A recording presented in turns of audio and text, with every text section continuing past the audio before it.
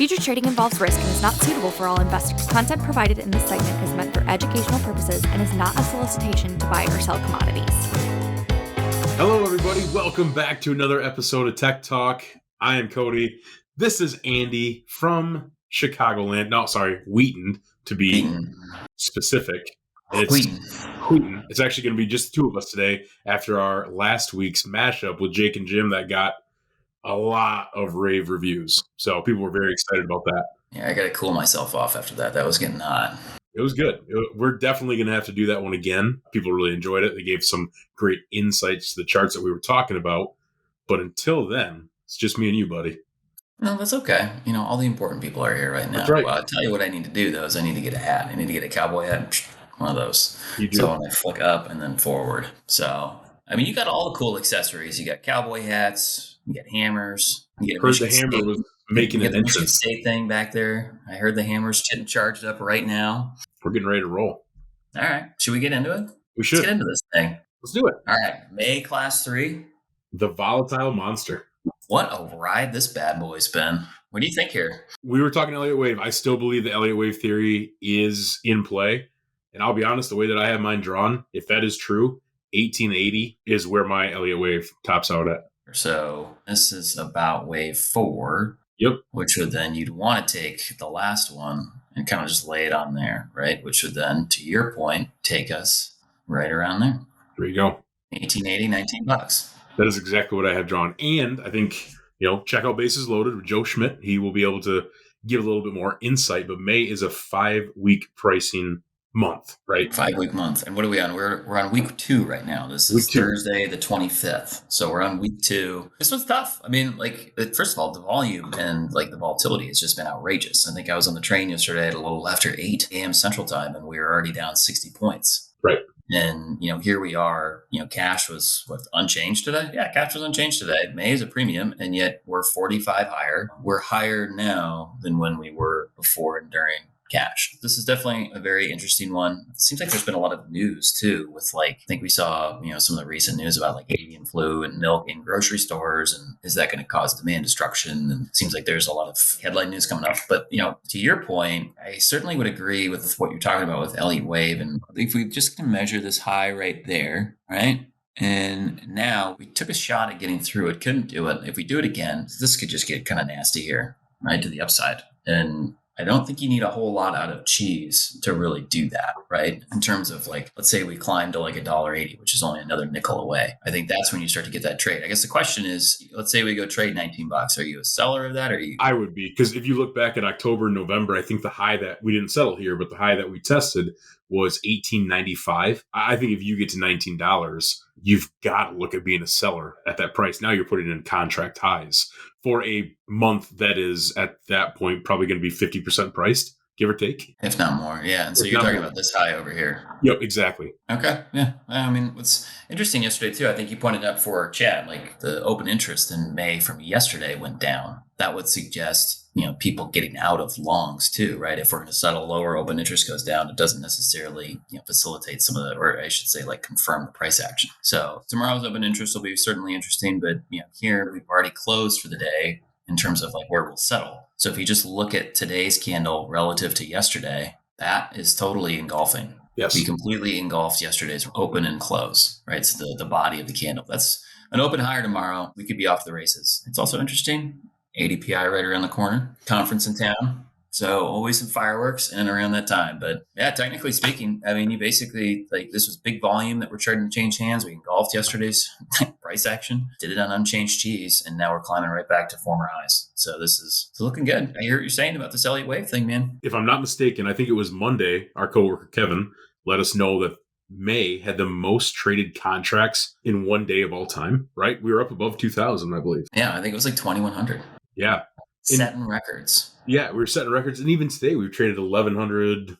Yesterday was over 1,000. I think Tuesday was also. I mean, so we've had a lot of volume. And these moves are just 50 higher, 40 lower, 30 higher, Big 50 lower. ranges. Yeah, it's just massive right now. Yeah, big ranges. No, I agree. Today's session's super interesting. Engulfing yesterday, big volume, and then yesterday's open interest decline suggests people were getting out, not necessarily getting new shorts. So I'll tell you what else has been interesting. And this looks somewhat similar, but not quite. Yeah. What do you make of this? Can you even throw an Elliott wave in there? I was trying to earlier. I think you can. I just think we haven't. So to your point earlier, we've already completed wave 3 on May, but I think we're just getting ready to start to perk into wave 3 over here for Q3, which would suggest if we did, you'd want to add about 20-ish%. You'd want to also take it from a breakout. So you could argue that if we're going to break out, it's going to be around here. Okay. Right. So then that takes that price. You're talking about 19.5, 1970 Q3. And interestingly enough, the summer months, we're just rounding out April, right? But what's interesting about it from at least a fundamental perspective is that this is a time of the year when we should be, adding milk, not seeing a reduction. So we're seeing a reduction in milk supply during a time when, again, we should be flush. And that's certainly isn't, I would say at the very least, it's supportive, right? I would agree. I think we had a supportive USDA report for milk production on Monday. It's fairly supportive cold storage report yesterday. And I think it's really propping us up, like you said, for an interesting ADPI starting Sunday night in Chicago with everybody there. I totally agree. If you were to break out from here, you'd start talking about a lot of, you break out of this, it's the same price over here. You'd be talking about new contract highs, leaving a lot of selling behind. I think we're just kind of starting to see wave 2 play out. This doesn't look the same as May because, again, you can make the argument that we've already completed that third wave, which is usually the biggest one. Unto itself, it's interesting because you've also got this little hammer that took shape yesterday, and then you've got a pretty aggressive close higher today. Yeah, this looks like it could go. Agreed. I don't know, man. Between May and Q3, especially May, these things are just, what's the phrase? It's just been bippin' and boppin'. Are you bippin' or boppin'? Am I bippin' or boppin'? Yeah. No. Were you? 'Cause I am. These charts are bipping and bopping. Bipping and bopping. They're all over the place. It's out of control. Last but not least, we're doing 3 for 3. 3 for 3. You wanted to have this in there. I think you get the hammer ready. Why don't you talk to us about June fat cattle? June fats. I am bullish on June fats. So I got the 20-day moving average on mine. Looks like you do also. That was kind of the low. I think we opened up actually on that 20-day moving average. Bounced ourselves higher. Engulfed all of the past 2 days trade, actually. Not just yesterday, but the past 2 days. And I think you're kind of getting a little bit of a swing towards the upside here. Now you got to get through the 50, 100-day moving average, which are up there at about 180, give or take. But if you can cross back through that, I believe you got another shot of testing those highs of 185-ish. So you had this range that we traded within for some time. What you're saying is step 1 is we get back inside all this noise, right? Just call it from here to here. Get back in there, and then what do we go from there? What's interesting about it, to your point, is you're getting kind of like a U type shape, but you've got some of the secondary stuff that is certainly looking like it's confirming it at the very least, right? And so the momentum piece, crossing zero, testing it, and then crossing it, and then confirming it, when just continuing to accelerate, that unto itself is friendly. Took a brief moment below the blue, which would be oversold, and have since been steadily climbing itself out of it. So yeah, the secondary stuff is certainly suggesting it. And what I think is interesting too is the weekly. The weekly, I think, is pretty friendly. To me, I feel like the weekly is kind of shaping itself up almost like an ascending triangle. If you want to use this 188 number, this 188 number is kind of like your, point of resistance, right? You haven't had to close over it, even though you took 1, 2, 3 shots to get through it. You can't get close over it. Tried here, failed, and now we're making a higher low, right? So bounced off 188, broke pretty aggressively, came back to it, didn't break nearly as aggressively. That unto itself, again, that's an ascending triangle. It's a bullish formation. It's people looking at breaks and saying, oh, I don't want to wait to see a lower low. I want to get it bought now. And we have yet to settle necessarily below that long-term trend line that you have drawn from, way back in 2022. Correct. It's another one. You've got some things that are just we've had this big setback, came back, trying to have another setback, not nearly as much, like a close over this high. So what high is this? 190. So even just getting beyond this 188 number, let's say you get a close at 188.5 and then, a 190 close the next day. That to me, think about all this trade that you leave behind. And then to your point, you start to talk about getting back into some of those ranges. And it's just, to me, I don't know. I could see why you got the hammer warmed up. Dude, we're ready. You know what?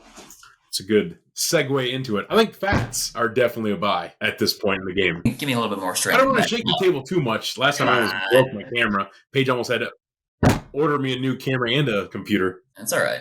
It gets wild over here. We get a little bit of excitement It going. starts getting nuts around here. And that's it. I mean, I don't know anything else you want to talk about here with the fat cattle, but it seems like it's, no pun intended, strong like bull. I mean, there's things happening outside of the chart within the USDA and everything else that's kind of happening with the government as far as, movement of cattle that we don't quite know exactly what it's going to look like yet. So I don't want to step too far out of bounds on that. But the more information we get on there, you could be looking for some more bullish talk out of these cattle, depending on how they can move throughout the country. And I think that's what we have to keep a look at. And I know it's outside of the chart, but it's still going to ramp up itself for the fat cattle here. Sure. Well, I mean, something to be mindful of. The hammer has spoken. It's spoken. It's spoken. We are bullish. We're ready to go. I think we're bullish on all three charts today. It's a very bullish day. Sun's out. It's a great day. Is the sun out by you? I mean, it Sun's looks like out you by got some shine there, so 50 degrees. It's a good day. Dude, that's perfect. Now you can go out there and mow your neighbor's lawn. There you go. Looking forward to it tonight. It's on the docket. All right, cool. Awesome. All right, everybody. We appreciate you tuning into Tech Talk. Andy and I are actually going to be gone next week. There will not be an episode. We will be back the following week, pretty much to start us out with the month of May, looking at some more charts. If you have anything that you want to look at, anything you want us to talk about, please email them into us, give us a call, shoot us a text. We'd be happy to look for those. But until then, have a great rest of the week, an even better weekend. We'll see you in 2 weeks. Bye. Bye.